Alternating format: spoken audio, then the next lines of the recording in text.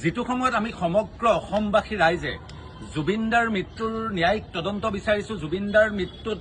যিসকল দোষী তৎকালীনভাৱে তেখেতসকলৰ ওপৰত ব্যৱস্থা গ্ৰহণ কৰা বিচাৰিছো, যিটো সময়ত আমি জুবিনদাৰ ন্যায় প্ৰক্ৰিয়াটোত কোনো যাতে বাধা হ'ব নোৱাৰে, জুবিনদাৰ ন্যায় প্ৰক্ৰিয়াটোত যাতে পানী নসৰকা নিচিনা ব্যৱস্থা কৰি পেলাই দোষীক কৰায়ত্ব কৰি পেলাই দৃষ্টান্তমূলক শাস্তি দিয়াটো বিচাৰিছো। কিন্তু সেই সময়ত দেখা গৈছে ধুবুৰী জিলাৰ বিলাসীপাৰাৰ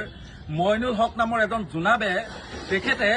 ছচিয়েল মিডিয়াত আজি দুদিন পূৰ্বে বিভিন্ন ধৰণৰ নাভুত নাচুত কথা বতৰা লৈ পেলাই তেওঁ এটা ভিডিঅ' প্ৰকাশ কৰিছে। আমি আমচু খিলঞ্জীয়াৰ তৰফৰ পৰা এটা কথা স্পষ্ট কৰি দিছো যে আজি আমি দিছপুৰ থানাত এখন কেছ ৰুজু কৰিছো। কেছ ৰুজু কৰি পেলাই আমি প্ৰশাসনক দাবী উত্থাপন কৰিছো,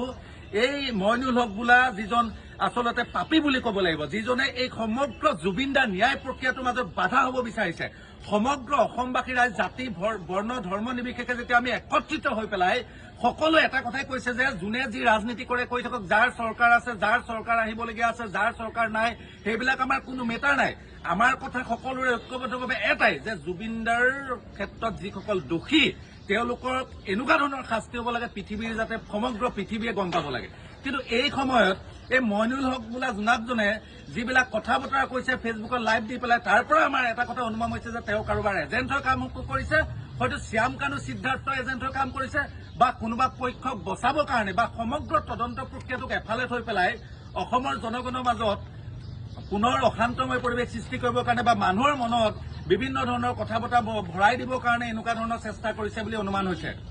আমাৰ কথা স্পষ্ট, আজি কেছ ৰুজু কৰিছো, 24 ঘণ্টাৰ ভিতৰত মইনুল হকৰ ওপৰত ব্যৱস্থা গ্ৰহণ কৰিব লাগিব প্ৰশাসনে, অন্যথা আমি আমচু খিলঞ্জীয়াই তেখেতক ৰাজপথলৈ চুচৰাই আনি পেলাই গৰু পিটন দিম, সেই কথাও কিন্তু স্পষ্ট। আৰু সমগ্ৰ আমি সংখ্যালঘু সমাজক, ধুবুৰী সংখ্যালঘু সমাজক, বিলাসীপাৰা সংখ্যালঘু সমাজক আহ্বান জনাওঁ, এই মইনুল হক বোলা যিজন